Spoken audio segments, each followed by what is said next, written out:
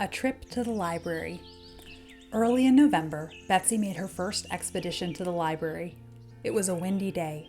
Gray clouds like battleships moved across a purplish sea of sky. It looked like snow. Mrs. Ray remarked as she and Julia stood on the porch seeing Betsy off. She looked a little doubtfully at Betsy's Sunday hat, a flowered brim that left her ears perilously exposed. "Oughtn't you to wear your hood, Betsy?" "Mama, not when I'm going downtown to the new Carnegie Library." "You better put on leggings and overshoes, though. There isn't a speck of snow on the ground." Mrs. Ray looked at the thick woolen stockings, the stout high shoes. "All right, just button your coat, but if it snows, walk over to the store and ride home with Papa." "I will," Betsy promised. She tried to act as though it were nothing to go to the library alone, but her happiness betrayed her. Her smile could not be restrained, and it spread from her tightly pressed mouth to her round cheeks, almost to the hair ribbons tied in perky bows over her ears. Julia had loaned her a pocketbook to hold her 15 cents. It dangled elegantly from a chain over Betsy's mittened hand. Betsy opened it and looked inside to see that her money was safe. She closed it again and took the chain firmly into her grasp. "Goodbye," she said, kissing her mother and Julia. "Goodbye," she waved to Rena, who was smiling through the window. "Goodbye," she called to Margaret, who was playing on the hill as the small girls of Hill Street did on a Saturday morning. Betsy could well remember when she used to do it herself. It was only last Saturday. Tacy ran across the street to walk to the corner with her. It was a little hard parting from Tacy. They were so used to doing everything together. "I wish you were coming too," Betsy said. "I'll be all right. I'm going to play with Tib." "Some Saturday soon you'll be coming." "Sure I will." In spite of her brave words, Tacy sounded forlorn. She looked forlorn, bareheaded, the wind pulling her curls. But at the corner she hugged Betsy's arm. She looked into Betsy's eyes with her deep blue eyes that were always so loving and kind. "I want you to go," she said. "Why, I've always known you were going to be a writer. I knew it ahead of everyone." Betsy felt all right about going then. She kissed Tacy and went off at a run. The big elm in Lincoln Park, bare and austere, pointed the way downtown. She entered Broad Street, passing big houses cloaked in withered vines against the November cold. She passed the corner where she usually turned off to go to her father's store and kept briskly on until she reached the library. The small white marble temple was glittering with newness. Betsy went up the immaculate steps, pulled open the shining door. She entered a bit self-consciously, never having been in a library before. She saw an open space with a big cage in the center, a cage such as they had in the bank, with windows in it. Behind rose an orderly forest of bookcases, tall and dark, with aisles between.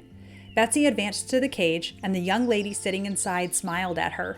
She had a cozy little face with half a dozen tiny moles. Her eyes were black and dancing. Her hair was black too, curly and untidy. "Are you looking for the children's room?" she asked. Betsy beamed in response. "Well, not exactly. That is, I'd like to see it, but I may not want to read just in the children's room." "You don't think so?" asked the young lady, sounding surprised.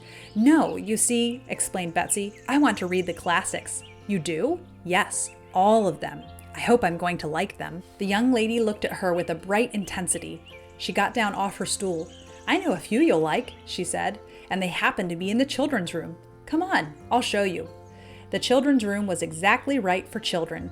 The tables and chairs were low bookshelves lined the walls, and tempting-looking books with plenty of illustrations were open on the tables. There was a big fireplace in the room, with a fire throwing up flames and making crackling noises. Above it was the painting of a rocky island with a temple on it, called the Isle of Delos. "That's one of the Greek islands," said Miss Sparrow. Miss Sparrow was the young lady's name. She had told Betsy so. "There's nothing more classic than Greece," she said. "Do you know Greek mythology? No? Then let's begin on that." She went to the shelves and returned with a book. "Tanglewood Tales" by Nathaniel Hawthorne. "Mythology. Classic," she said. She went back to the shelves and returned with an armful of books. She handed them to Betsy one by one. "Tales from Shakespeare" by Charles and Mary Lamb. "Don Quixote" by Miguel de Cervantes. Classic. "Gulliver's Travels" by Jonathan Swift. Classic. "Tom Sawyer" by Mark Twain. Classic going to be. She was laughing, and so was Betsy. "You don't need to read them all today," Miss Sparrow said. "May I get a card and take some home?" "You may have a card, but you'll have to get it signed before you draw out books. You may stay here and read, though, as long as you like." "Thank you," Betsy said. Miss Sparrow went away. Betsy took off her hat and coat. She was the only child in the room. Others came in shortly, but now she was all alone. She seated herself in the chair nearest the fire, piled the books beside her, and opened Tanglewood Tales. But she did not start to read at once. Before she began, she smiled at the fire. She smiled at her books. She smiled broadly all around the room. When the big mill whistle blew for 12 o'clock, she was surprised. She got up and put on her things. "Did you have a good time?" Miss Sparrow asked, as Betsy passed the desk. "Yes, I did." "Be sure to come again." "Oh," said Betsy, "I'll be back just as soon as I eat." "But I thought you lived way up on Hill Street." "I do, but I'm eating at Bauer's Bakery. My father gave me 15 cents. I'm going to eat there every time I come to the library," Betsy explained. "It's so I can take my time here, browse around among the books." Miss Sparrow regarded her with the brightly intent look that Betsy had observed before. "What a beautiful plan," Miss Sparrow said. Eating at Bauer's was almost as much fun as reading before the fire. It was warm in the bakery, and there was a delicious smell. Betsy bought a bologna sandwich made of thick slices of freshly baked bread. She had a glass of milk too, and ice cream for dessert. But she decided that she wouldn't always have ice cream for dessert. Sometimes she would have jelly roll. It looked so good inside the glass counter. Betsy couldn't help wondering if the other people in the bakery weren't surprised to see a girl her age eating there all alone. Whenever anyone looked at her, she smiled. She was smiling most of the time. On the way back to the library, she looked eagerly for Snow.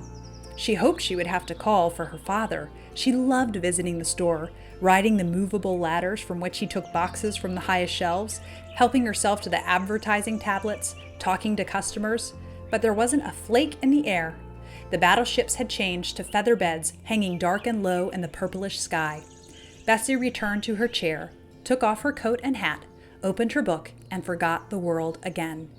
She looked up suddenly from the miraculous picture to see flakes coming past the window. They were coming thick and fast. She ran to look outdoors and saw that they had been coming for some time. Roofs and branches and the once brown lawns were already drenched in white.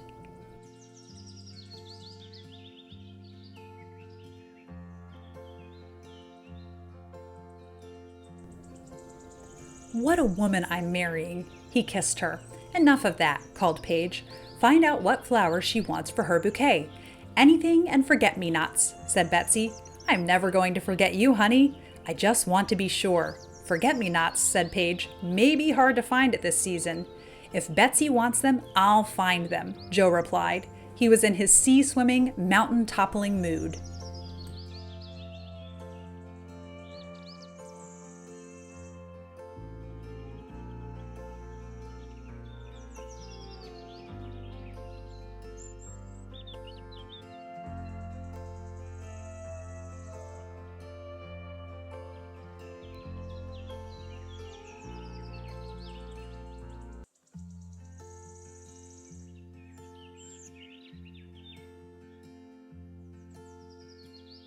I hope that you enjoyed getting to see me transfer this forget-me-not plant. It feels really fun to get forget-me-nots in honor of Betsy Ray / Maud Heart Lovelace's birthday. And hopefully I will keep these going for a long time. They told me how to take care of them at the garden center. So hopefully I will not fail this plant. And I just love the blue of the forget-me-nots. It's kind of a lavender blue. And I thought on this note, I would leave you with just a little snippet from a chapter out of Betsy's Wedding, which on this day, I will be starting Betsy's Wedding.